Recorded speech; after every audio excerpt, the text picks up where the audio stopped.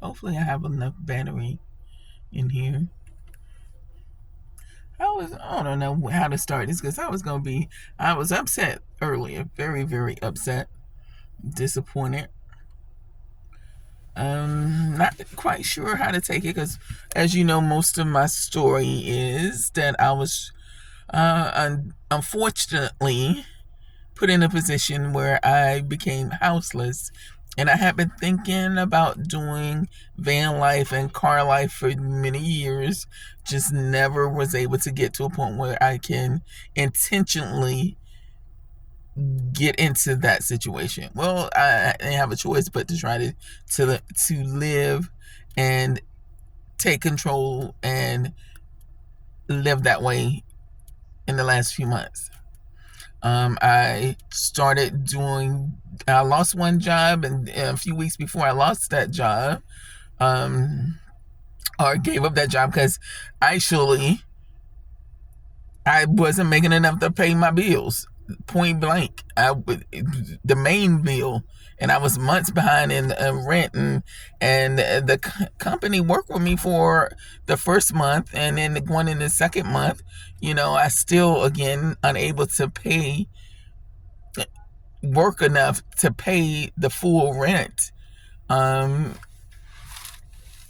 was still behind.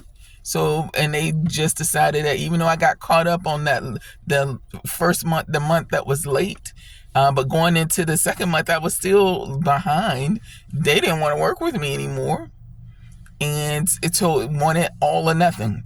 Either I pay them everything or I had to leave. I had to leave because there's no way for me to pay. And I had just gotten into Lyft. And I was like, okay, I'm going to do Lyft. So I was just like, okay, the other job, I just let it go. I was like, 2 and 3 days a week, making $13 an hour. There's no way I'm going to be able to pay a $14.25 a month rent. I can't do it. I need something. Lyft looked so promising. I was able to get a rental car. I was like, it's going to be expensive, but at least I'll be able to drive. I'll be able to, as much, if I work as hard as I did at the other job, making hardly nothing, I should be able to put money aside and help us get out of this situation. That's point blank. That's how it started.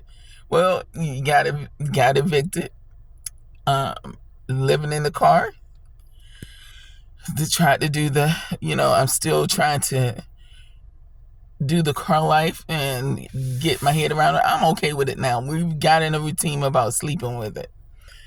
Sleeping, finding places to sleep and stuff and how to eat. And I still had my feelings about it. I didn't think it was going to be for us because it was just, if you watch the other videos, my emotions are roller coaster because of not, I guess it's, you were used to living a certain way, and then to change that and your thought process is very difficult. Well, today, as you know, like I said, living in the car that Lyft has with Hertz rental program where they work together and they, you get a deposit, you can you can do Lyft using one of their rentals, but you got to pay them basic $335 a week to use the car, or if you do premium insurance to make sure you're fully covered and there's no issues if there's an accident. The weekly cost for me was $435 a week to rent the car to work for Lyft. So that means any passengers, any item, anything that I do up until $435 went to Lyft and Hertz. You talking about somebody scamming, getting paid, found another way to get paid? They are. You talking about people who loan sharks, Hertz and Lyft? Now, come on, people. $435 a week, $3,000 and something a month for a rental that you're doing on Lyft program to help them. Mind you, now Lyft, I realized that once I start working for them and you actually get the layout and the print, once you start seeing the first page or whatever, Lyft get 40% you get 30%, and then the rest broken off is some bullshit they got broken up in something about commercial insurance. And I'm like, why that isn't just coming out your cut? Why you literally work your ass off and have to push it, keep pushing it and going all over the place. You don't have to do maintenance on the car, the tires, oil change or anything like that. That's covered. They give you vouchers for. You just got to fill up the car with gas. I can easily go through $100 worth of gas just in a Sentra that they have me in a week of my money. So that means not only am I'm working to do $435, I got to work to add another at least $100 just to make sure I can cover the gas. And that was an issue. So right off bat, before I have any money for me, you talking about $500 and something. You talking? I hope everybody is listening.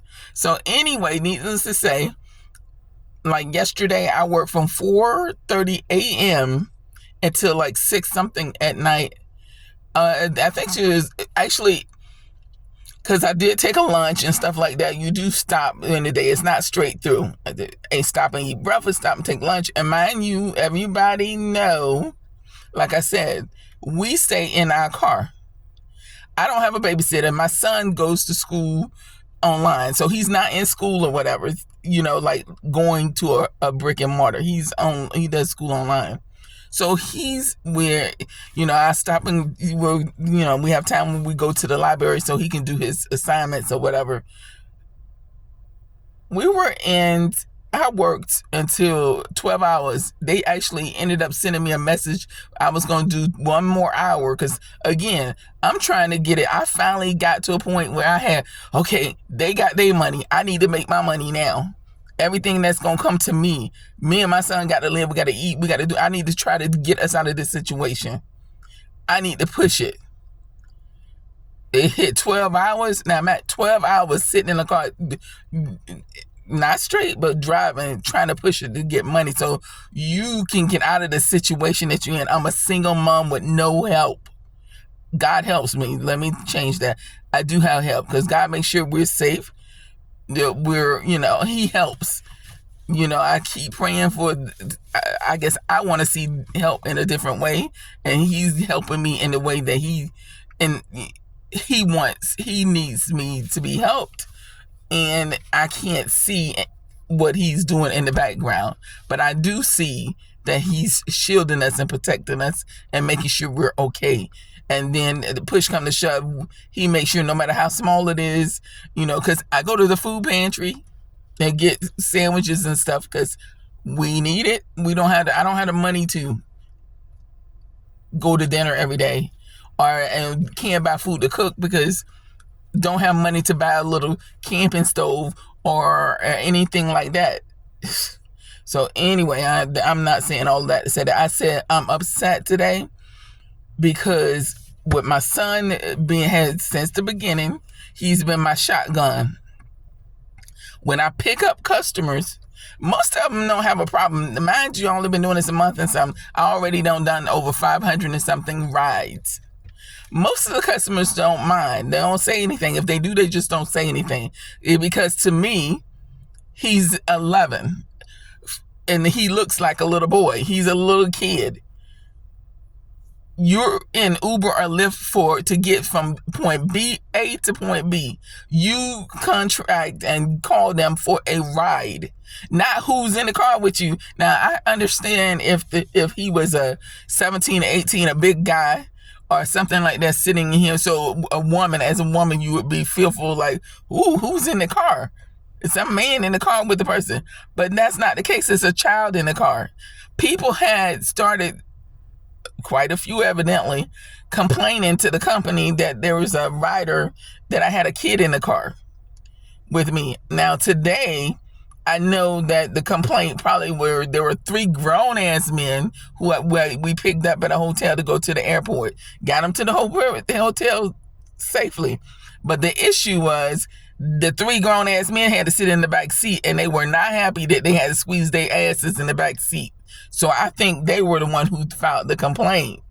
And I'm like thinking to myself, if it's not there have been some women that I think who have complained, and I was kind of upset with that, because I'm like, any single mother who knows you working and you already in a horrible situation, and you trying to do what you can without leaning or whining or complaining about the government not doing anything, trying to get yourself out of the situation, only to hear women trying to take your income from you because they mad because a child is sitting in the front seat, while you surprisingly, I'm only supposed to be picking up one person, and that's Shelly.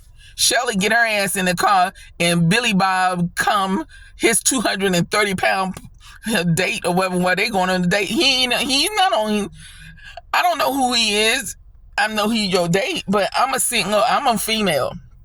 Just like they're female. Who's at safety risk? Who should feel safe that there's a safety issue? My child who's 11, or this grown-ass man that I didn't know was going to be with you, or that thug hood friend of yours that you showed up with, or you called the Uber for, because I don't have this happen too, call the Uber for, that I think I'm picking up Rosalind, and it's three young guys waiting, getting in Uber, and say, oh yeah, my cousin or my aunt called Uber for us. Now that's a safety risk. Lyft then don't ban no customers. Of course not, because they need the money. It's about the money. They ain't ban them customers who don't tell you who's not telling you, who's not calling and saying, hey, we got 3 people coming, and they should be charging them. If it's more than one person, we got to charge you per person. They're not doing that. Or if it's going to be a male or female, let them know that. They don't care. You don't have no concern about my well-being. When I show up to pick somebody up, I know I have driven off when I felt like it was unsafe in situations, and some of them with females. I'm like, oh, I'm not driving back there in that house to pick you up, and you ain't come out to meet me. I'm not going back there as a female. No, I took my happy ass on and canceled the ride. Because again, if I'm driving and it's my car and I control which jobs I accept and which one I deny. But if you taking away my choice, not letting me know that, hey, this isn't the actual driver, the rider that's getting in the car. I call for my son. I call for my boyfriend.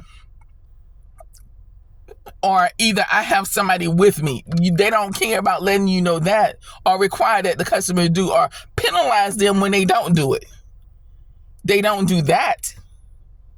They deactivated my account. They called me with a number and say, that we've had a couple concerns, two or three safety concerns about, and we've mentioned this to you before. We sent an email to you before about a rider been in the car, that you have your son in the car with you. And I said, yes, I didn't lie. I didn't try to cover nothing up. I didn't make no excuses. Yes, my son rides with me. Sometimes I needed him. I have to have him, I didn't go into detail. I'm like everybody, just like I don't give the customers when they say, oh, you got your son with you, blah, blah, blah. I don't volunteer information about what's going on in our life. I do not do that, first of all, because I know they really don't really want to know that. They don't really care to know that. And I'm like, you don't want to know somebody's life, but you're willing to take away their livelihood, even though you getting from A to B safely. You getting there without, you still paying the same price. But just because you got to see somebody sitting up there with me, there's an issue. Like, why is it so important that I got to sit here alone in order to get, now again, if it was a grown ass person, I will understand you having concern. But seeing a child up there, no, he shouldn't be up here. But where the fuck is he gonna go? We don't have nowhere to go, and I'm trying to get us out of the situation of having a place to sleep and eat and wash our ass that we don't have to. And I'm working my ass off 12 hours and trying to push it, and while I'm sleeping in this car, this handheld car, and now you want to take the car and deactivate my account. And I explained to the guy, Clint, who called and gave me the news. Once he asked me, I guess he expected me to come up with a lie and promise to say, oh, my son, I won't let him, I won't have him with me anymore. I didn't offer any of that, because that would be a lie for me to say that. Because again, if I'm homeless and my son is with me, of course he's gonna be sitting right next to me. I'm working and he's next to me, and the customer is getting to and from. Now I have went to jobs, went to pick people up, and it's supposed to be one person. It's 4 fucking people there because it's 2 couples. And I'm like, I'm only expecting one person. Even, sometimes it's like, okay, you may be your brother, your sister, whatever, or your child or whatever. It's like, okay, that's expected. Are you going on a date? Okay, that's okay. It's okay. Even though, again, men, just because you're okay with you don't mean I can feel a little unsafe. But I was like, okay, my son is here. They're like, well, we're told it's supposed to be room for 4 people. Even if I didn't have my son in the car, I don't feel safe with having a stranger sitting up next to me. That doesn't work for me. And I never was okay with that. So I was like, I cancel the ride, and then you can call you another Uber. That way they not charged for it. I just cancel it. And letting them call another Uber and they should be doing a comfort anyway, where they get an upgraded vehicle, maybe an SUV, instead of trying to not pay the money, not pay for extra people, and get in a regular car so you don't have to pay extra. And then get an attitude because I got my child with me. I'm like, no. I'm so pissed. I'm pissed.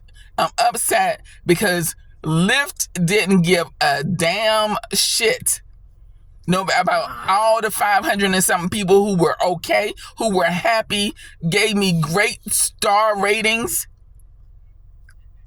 and all the fucking money that I had to pay to keep riding and be in this fucking program. Within 2 minutes, he cut my income because of that. Well, policy says you can't have anybody in the front seat, anybody in the car with you. No family or friends. That's it. I said, okay.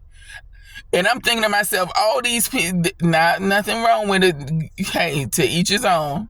All these strange ass men around, not just men or whatever, driving, all these issues with people drinking or smoking or driving crazy, reckless, and not getting people to their destinations safely, or getting them there, and people are scared or upset. You ain't kicked them people off the program, but I got my child with me, and you disconnect. They don't. When I tell you, I'm telling you. Not only are they loan sharks, taking money, having you work for it, then they cut your income with no reserve for nothing. Just because, if you look at my ratings, and within 30 days, 500 and something people of rides already. Up until 5-star, up until today it was 4.9 and I know if it's those 3 guys, if it wasn't, it probably whoever it was, it still was fucked up. That they just took away my livelihood because they was uncomfortable sitting in the back seat, but they got to the airport fine without any issues, early, on time. And it's an issue. And I'm like, if it was that concern for you, why you didn't call a taxi? Instead of calling Uber or Lyft. Uber and Lyft are supposed to be the regular person, Joe Smo, using their vehicle, calling, giving rides when they can to make extra money. So that means you are automatically know you in somebody else's car, and you trying to dictate. You are paying for them to get you from A to B, and you trying to dictate who can be in their car when they driving you. You paying from A to B, or take a fucking taxi where you know what time the taxi, that it's a company car, what time it's on, somebody dispatching them. That's what taxis are for. I was so livid, I couldn't believe this. And I'm sitting there, I was like, you know what, I don't know what the hell we're going to do. Because again, we were sleeping in the car, and now the car about to be gone. But this is about life, and this is shit that just happens. And all I'm saying is that I am so upset. I was a lot more upset. So I'm talking now. Bryce, give me a second. I'm on here. Yes, what, did you have something you want to share too? Getting your blood pressure too high. I know my blood pressure is high. I'm sorry. Oh yeah, that's something else too. My blood pressure. I got high blood pressure and I type 2 diabetes. So anybody that knows you got before I started doing lift, I didn't have my feet swelling. But sitting that long and not being able to get up and lift my feet and my ankles and my calves swole. And even though I'm in pain, I still was driving because you know why? I'm a single mother with no income, trying not to be sleeping on the side road of the road with my child. You talk about, and then again, Clint from, and then this is what I learned about Lyft. I don't know if Uber is the same way. I can only talk about Lyft. Their customer service, sucks when you call for help, when you try to get help.